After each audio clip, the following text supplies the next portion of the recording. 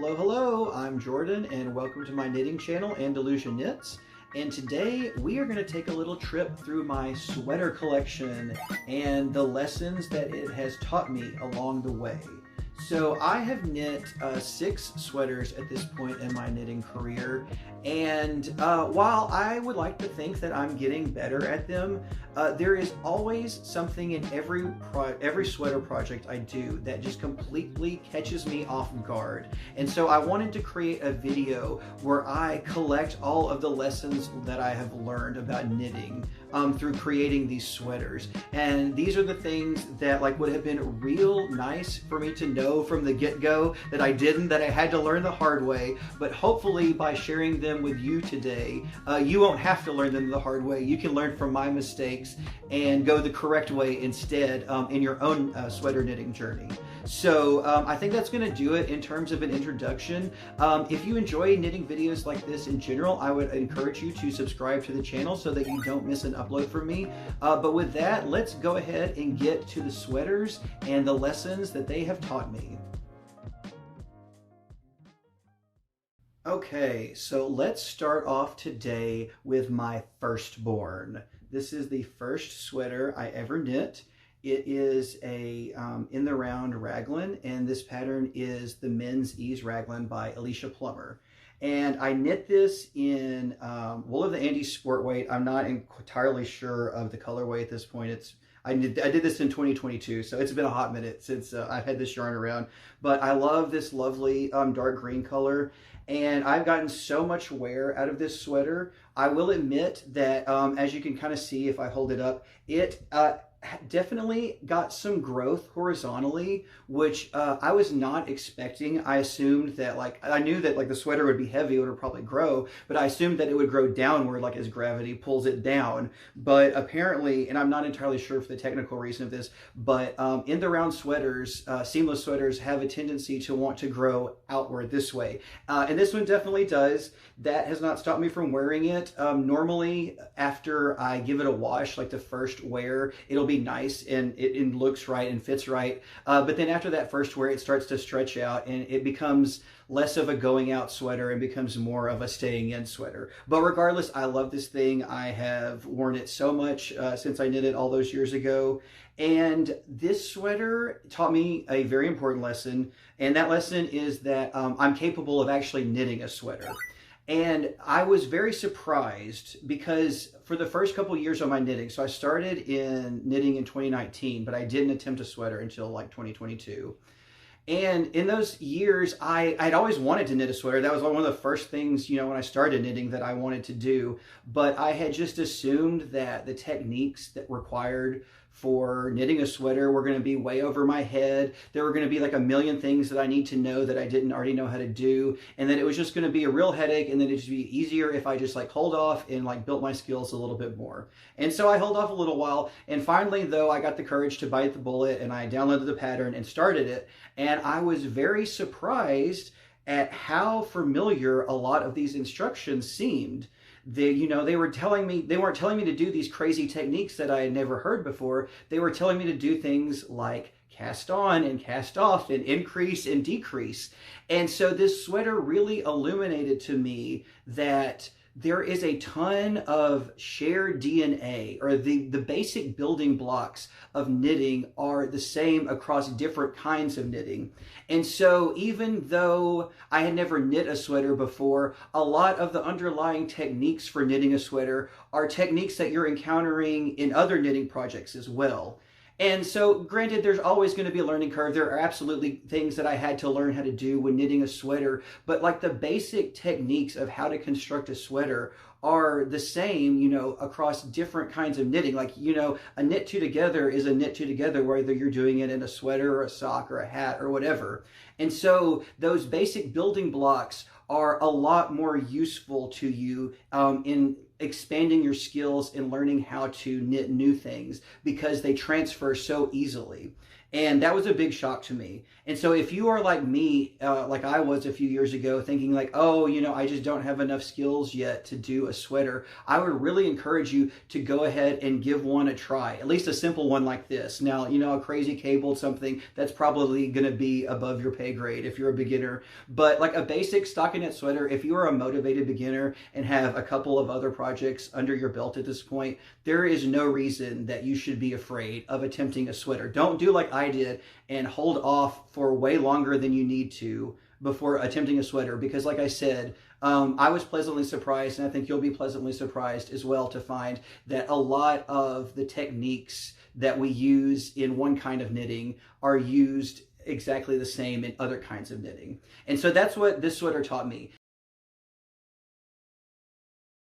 All right, now we're moving on from my firstborn to my favorite sweater, and I hope the other sweaters don't get jealous.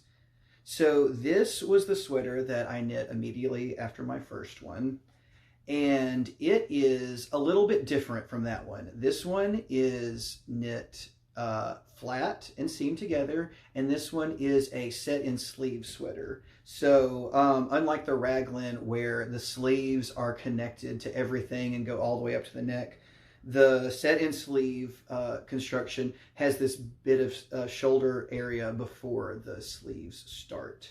And this one is, I did not use a pattern to create this one. I actually used this book. It's called Knitting in the Old Way. And this is a fantastic book. It teaches you how to construct all of the, traditional classic sweater styles, but it doesn't really give you patterns. It gives you more recipes. It teaches you like how to get your correct measurements, and it teaches you the construction techniques needed for creating the sweaters. But at no point is it ever telling you like, cast on 50 stitches and knit 10 rows or anything like that. There's no specific instructions. You got to figure all that stuff out for yourself. But it is great for like creating customizable sweaters. And I'm really proud of this one. This is another Wool of the Andes knit. This one is sport weight though, instead of worsted weight. And I really like the color scheme.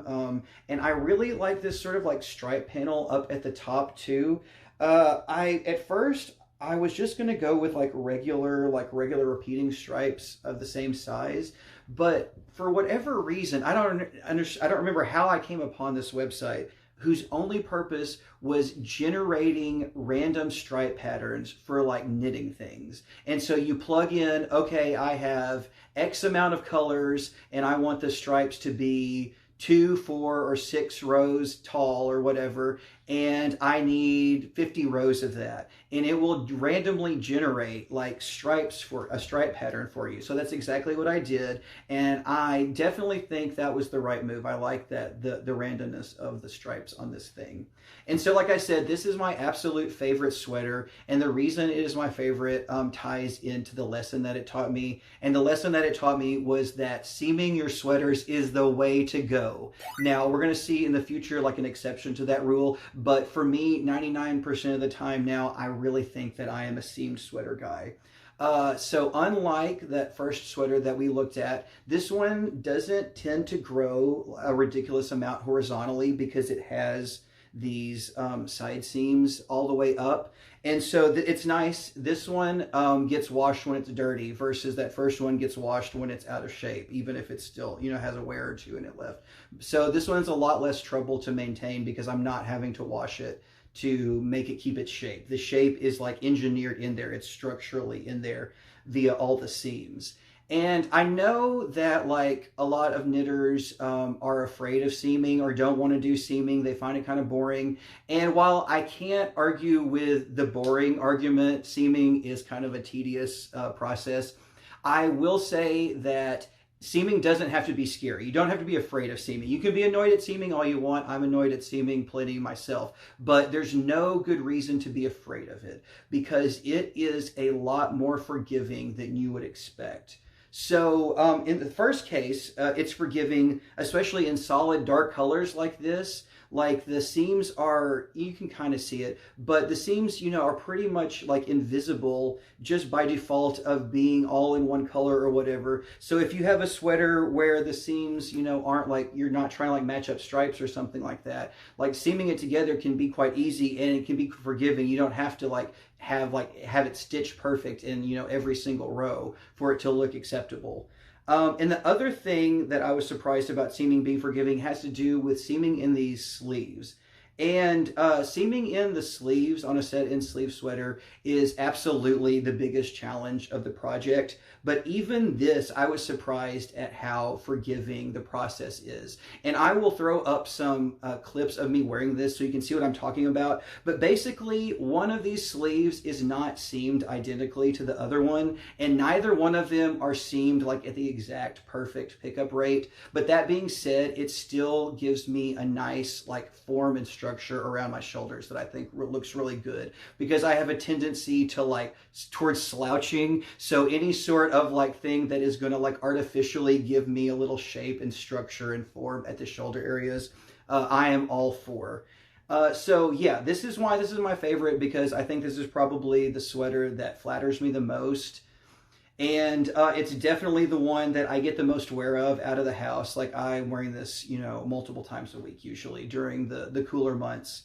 But yeah, so seaming, that's the lesson I learned though, is that seaming is the way to go, with a few exceptions, and we'll see one of those exceptions here in a little bit in one of my future sweaters. But at least for me, yeah, seaming is the way to go if you want a sweater that is going to fit well and is going to flatter your body and maybe make you look a little less slouchy than you might already look. Now we move on to the bastard child of the sweater collection. And I did not intend to have nicknames for all of these sweaters, but this is the third one I've done so far, so I'm going to have to come up with nicknames for the next three as well. But this one is a real love-hate relationship for me. And before I get into what makes me hate it, I will talk about like the basics, the specs, and construction. And so this probably looks pretty familiar to the last sweater, and that is because it is basically identical to the last sweater. This is another set-in sleeve that I did using the guidance in the book Knitting in the Old Way. And this was a scrap project. So I use a ton of Wool of the Andes sport weight yarn. And so at this point in my knitting career, in my knitting journey, I was getting a lot of like extras in my yarn stash from various projects, and I'm very bad about like buying way more yarn than I actually need for a project. And so it wasn't like, oh, I've got like a few yards of scraps or whatever. It's like, oh, I've got like 3 or 4 unused balls of this stuff. And so I wanted to do a sweater that sort of like ate through some of that extra stash of the Wool of the Andes sport weight that I had. And in terms of that, I don't mind it at all. I think I did a pretty good job. I like the stripe thing going on here. It's a little bit different. It's not random stripes this time now. It is stripes that start thin and get thicker as you go up. And then that's also on the bottom here in the yellow as well. And then on the sleeves here, we've got some intarsia stripes down the middle as well. And so, you know, it's kind of a busy sweater, and it's kind of like the colors are kind of like old school-ish, I guess. But the construction is not the part that I hate. The thing that I hate, and the lesson that I learned, is that sometimes sweater mistakes are fatal. Sometimes it is better to learn to live with a mistake than try to fix that mistake. Sometimes living with that mistake is less painful than fixing that mistake. And that's exactly what happened with this sweater. So basically what had happened was I knit this first sweater, my favorite, the one that I love. And, you know, after this was done, I immediately wanted to knit another one of these because it fit me so well. I love the way I look in it. And so I was like, okay, well, perfect. I have already figured out all the numbers, you know, and everything, the measurements that I need. I'm just going to like basically knit a duplicate, but using like different, you know, color techniques or whatever. And so I start knitting this, and I knit the front panel, and I knit the back panel, and I knit a sleeve, and then I seamed all of those 3 things together just to make sure everything's on the right track. I hadn't messed anything up. And I notice that the sweater, it feels like weirdly large to me. it feels way too big. It doesn't fit me nicely the way that that first sweater did.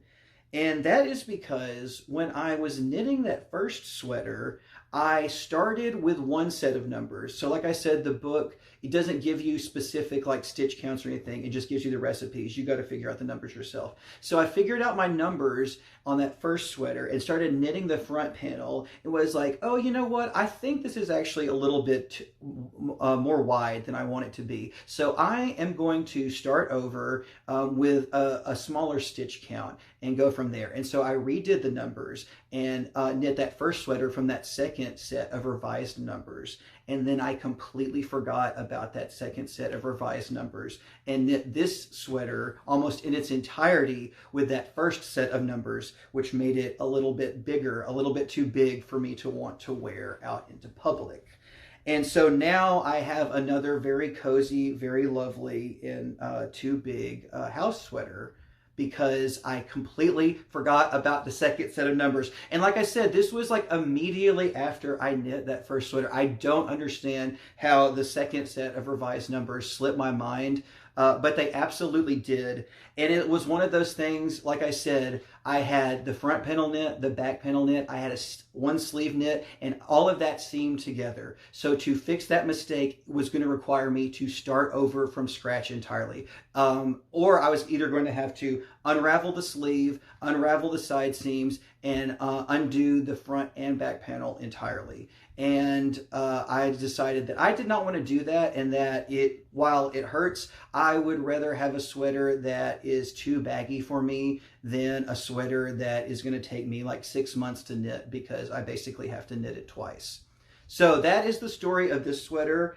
Once again, like, you know, now that several years have passed, like it's not that bad. It's nice to have, you know, just laying around sweaters, like bed rot sweaters or whatever you want to call them, for home use. But yeah, I was pretty upset with myself on that one, and that was a lesson well learned. I'm always double check your numbers, because while a lot of fixes in knitting are easy to undo, there are some that are not easy to undo at all and require you to start over completely. Okay, now it's time to move on to this guy. And I guess if I'm assigning nicknames or personalities, this is going to be the attention-starved middle child, because it's right about in the middle of my sweater collection chronologically, and this is clearly like a very obvious cry for help. So this is another one that is like, I love it despite its flaws, but before we get into the flaws, I'll talk about some of the basic construction stuff too.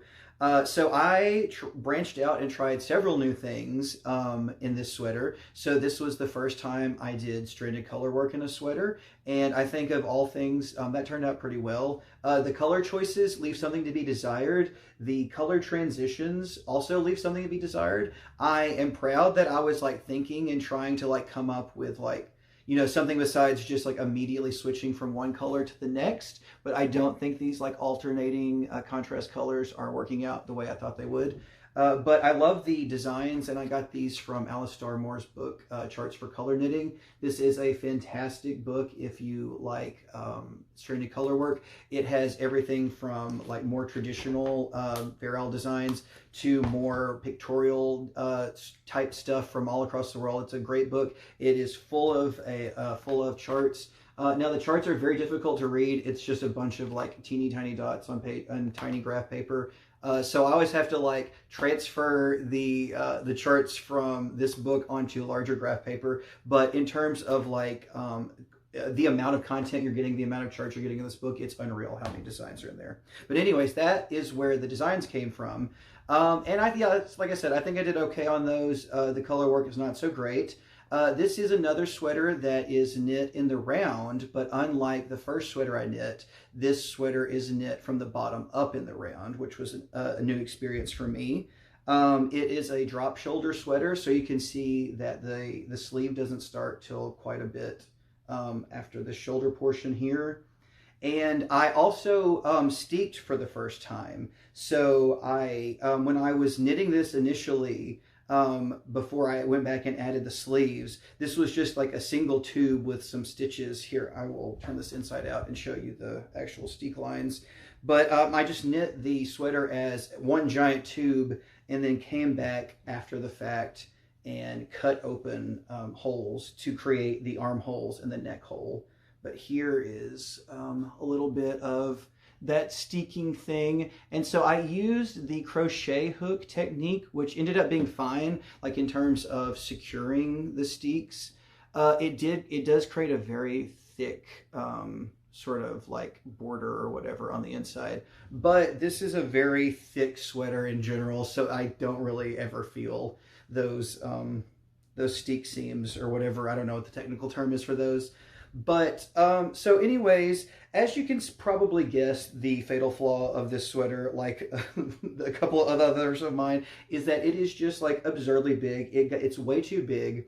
And the lesson that it taught me was about the limitations of swatching, because this wasn't a deal where I just like started in on the design without like getting my gauge or anything. I knit multiple like giant in the round swatches because I wanted to make sure this thing was going to be the correct size. I was a little sensitive about getting the correct fit on a sweater from the last one, and so I wanted to make sure that this one was perfect. So I double checked my work, knit 2 swatches, everything was ready to go, and then obviously it still turned out super duper gigantic. And I think the culprit for that is simply the stranded color work itself. So when you knit stranded color work, let me turn the sweater a little bit inside out again. When you knit stranded color work, when you are knitting with one color, basically the other color is just hanging out on the back of the work. And then when it's time to use it again, you pick it up and it creates these like horizontal strands of yarn. So we call those strands or floats on the back of the work. And because those are there, the fabric that is created is basically twice as thick as a normal knitted fabric.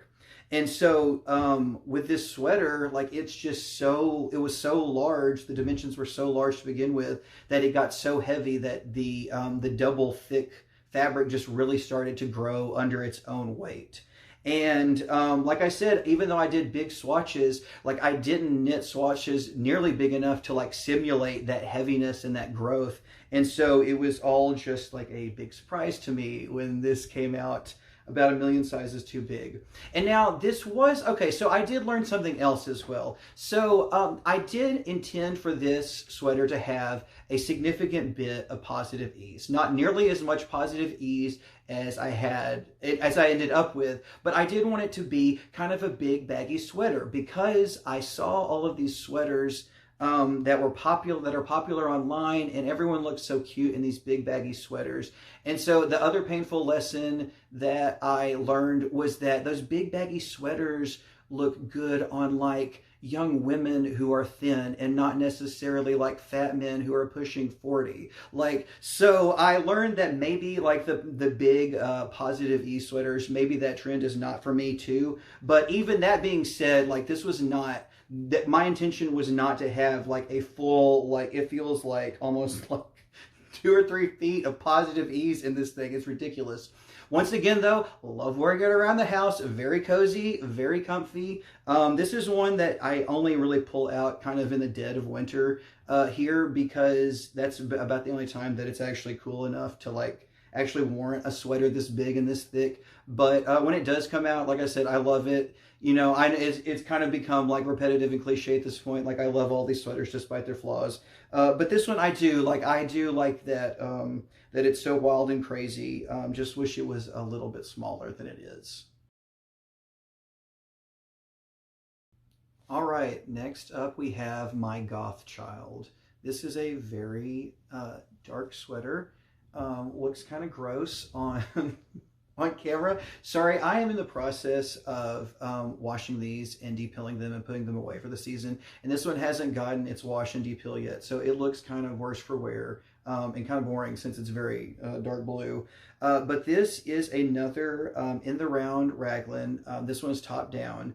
But unlike the first one that I knit from a pattern, this one I knit from the book Knitting from the Top by Barbara Walker. And this is a book that is similar to the one I showed earlier, Knitting in the Old Way, in that it teaches you how to construct a lot of different garments by knitting them in the round. It doesn't give you like a specific pattern. You're not getting stitch counts or anything like this in this book either, but it does walk you through the construction of a top-down sweater. And so I wanted to use the book and follow all of her advice. And it turned out okay. The book itself was fine. There's nothing wrong with the book, but I did once again run into some problems that have become a recurring theme in this sweater collection. Namely that the sweater is very heavy and kind of stretched out under its own weight. But in this case, it's not so much the horizontal growth as it was the growth in the neck hole and in the sleeve cuffs and in the bottom hem. And so the lesson that this sweater taught me was that elastic thread is your best friend when it comes to knitting sweaters. So I don't know if you can kind of see, I didn't really do a good job of disguising it, but so these openings were like just too big and gapy and just way too wide. And so I went through with some elastic thread that I just bought off of Amazon. It's like not 100 miles, but it feels like 100 miles I got for like $5. It's very cheap, very easy fix. But basically you take the elastic thread with a tapestry needle and run it through the circumference of the different openings and kind of like pull it tight and cinch it like a drawstring so that everything comes together and stays nice and compact instead of stretching out. And so that's what this sweater taught me, is that sometimes that is the best solution to your problems. And so I have done elastic on the neckband. I've done elastic on the bottom. I've got elastic on both of these. Actually, my elastic for this cuff actually just broke. I'm going to have to go back and rerun some more elastic through it before I put it up for the year. But yeah, this one is not a particularly exciting sweater. I do wear it out a lot because it is one of my better fitting sweaters. And now that being said, until I ran the elastic through it, it was not very well fitting because it's a teensy bit too short for me in the torso. And that is simply because this is a plain stockinette sweater and it's really, really boring to just sit there and knit hundreds of stockinette stitches over and over again for like the 28 inches or whatever I need for my torso. And so like I clearly got bored and quit before I should have.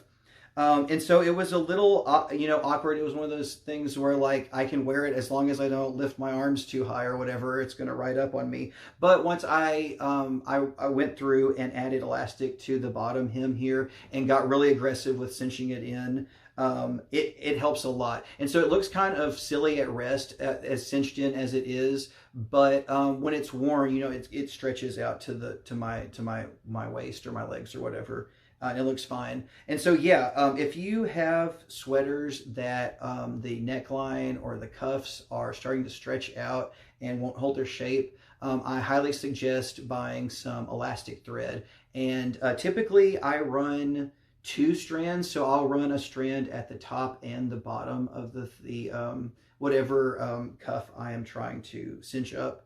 And that seems to help more than just doing one at the top. It looks a little more natural. It looks a little more nicer. But yeah, so that's what this one taught me. This is another like very heavy fella. I did knit this. This is another one that I knit in Wool with Andy Sport Weight. But I knit this at a quite a bit denser gauge than the other sweaters I've shown you previously. And so while it is quite heavy because of the dense gauge is also doing some good work in helping it keep its shape and helping it not stretch out too crazily horizontally. But yeah, so this is the Goth Kid. Love it. I love the result. It was a real pain to knit, especially when I would like drop stitches or I needed to count stitches or things like that, because this yarn just does not want to be seen unless you have a floodlight on it. But happy with the results. And this one I finished in 2025, so it's one of my more recent ones. And then finally today we have the baby of the bunch. And it does get babied. I love this thing so much. This is a yoke sweater that I knit using Brooklyn Tweed Loft, which is a yarn brand that is no longer producing yarn, and I'm very sad about it. This is a fantastic, just stupidly woolen spun yarn. It is so light and lofty. You know, I've complained several times about several of these sweaters being really heavy. That is not a problem for this. The yarn, you know, has been prepared and spun in such a way that it maximizes the amount of air trapped between the fibers, and that really contributes to a lightweight garment. I absolutely love this thing. This is another sweater that I knit using knitting in the old way. However, I tried a different construction this time and went with a yoke sweater. I'd never done that before, and this is another one like the colorwork sweater that I knit from the bottom up, because that was the traditional way that these sweaters were knit up. And speaking of traditional, I had no idea that like the yoke sweater, while it is considered, you know, one of the traditional sweater constructions of Europe, it like wasn't a thing until like the 20th century. You know, I was expecting at least the 1800s, but this yoke construction it's the baby of my sweater collection, and it's the baby of the traditional sweater constructions of Europe. It's quite young relative to some of these other ones. But so that has to do with the lesson that this taught me. And that is that sometimes knitting from the bottom up in the round is a really, really good idea. So I know that most in the round sweater constructions these days are knit from the top down. And I get why that has its appeal, and it's namely, you know, in raglan and yoke sweaters, if you knit from the top down, you can try on the raglan or the yoke portion as you're knitting it to make sure that you get it to the right size, because that is a big problem in fitting these sweaters, is getting that yoke portion to the correct size so that your sleeves are not too tight under the arms and they're not too like big and baggy under the arms as well. It's kind of hard to find that happy medium. And that has to do with the fact that you're having to decide when to split for sleeves without the sleeves actually existing yet. But that is not a problem when you're knitting from a yoke sweater from the bottom up in the round. So the way that I knit this thing was basically I knit a tube for the torso, and then I knit the sleeves all the way up to the underarm as well. And then I join the two sleeves in the torso to knit the yoke portion the rest of the way up. And so the benefit of doing that is I know when to start the yoke portion based on the length of the sleeves. The sleeves need to hit me comfortably in the underarm, and that's very easy to do from knitting from the bottom up, because all you do is knit the sleeve until it comfortably hits you in the underarm. Whereas if you're coming from the top down, you're having to decide when you think splitting for the sleeves is going to comfortably hit you in the underarm, whereas you know exactly when it is if you're going the opposite way, if you're going up. I just knit all the way up until it was comfortably right where it needs to be, and then I knew that it's time to start the yoke shaping because everything else was fitting correctly. So that's kind of a weird roundabout explanation. But yeah, if you've never done a yoke sweater or a raglan sweater in the round from the bottom up, and you often find that the fit of the raglan or the yoke portion is problematic, give it a try from the bottom up, because like I said, you complete the sleeves before you have to worry about all of that sort of shaping, and that's a much easier direction to face that problem from. So yeah, this is the baby. I love this thing.